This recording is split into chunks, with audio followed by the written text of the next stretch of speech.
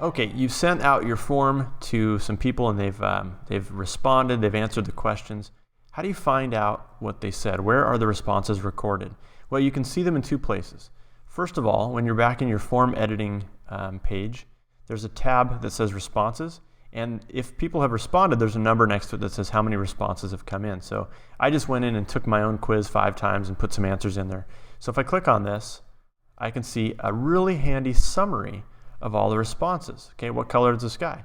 You get 40% think it's green, 40% think it's blue, 20% one answer thinks it's red. Okay, so that's kind of handy. Down here you get a bar graph of the different responses for the snacks.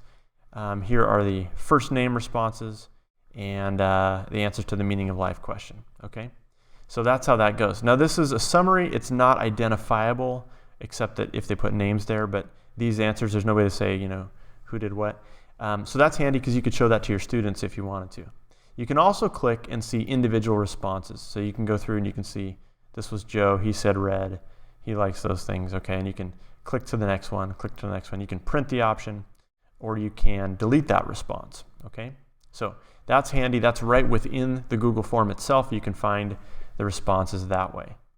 Okay, the other place you want to be aware of is that all this data gets recorded in a spreadsheet, and so you get to decide where that is, you know, what that is named and things like that. So if you click on this green Google Sheets icon right there, it says Create Spreadsheet. You click on that, and you can put your data into a spreadsheet that you already have, or you can create a new one.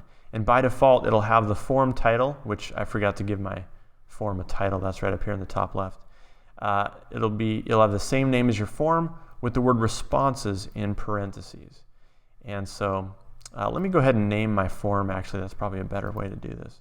Okay, my first form, clicked on that. Okay, so create a new spreadsheet. It says my first form responses. So I will create it. And that's going to open up the document. And so here we are.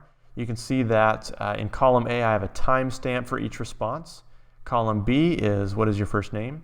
Column C is what is the color of the sky. Column D is the snack answer, and you can see there are multiple choices, so they're separated by commas. And then their free response for what is the meaning of life. Okay, so that's how it all shows up. If I had chose to collect the username, then their Stanwood Camino email address would also be stored in a column that matched that. So where is this in my drive? Well, I can close that out and go back to my Google Drive. Here, my first form. And then right next to it, my first form responses. Okay, so this is the form. You can double click that and go back in and edit your form, or look at the responses this way. And then back in Drive, you can double click the spreadsheet to see the responses in that format. Okay? All right, that's where you find all of your data that you can collect with Google Forms.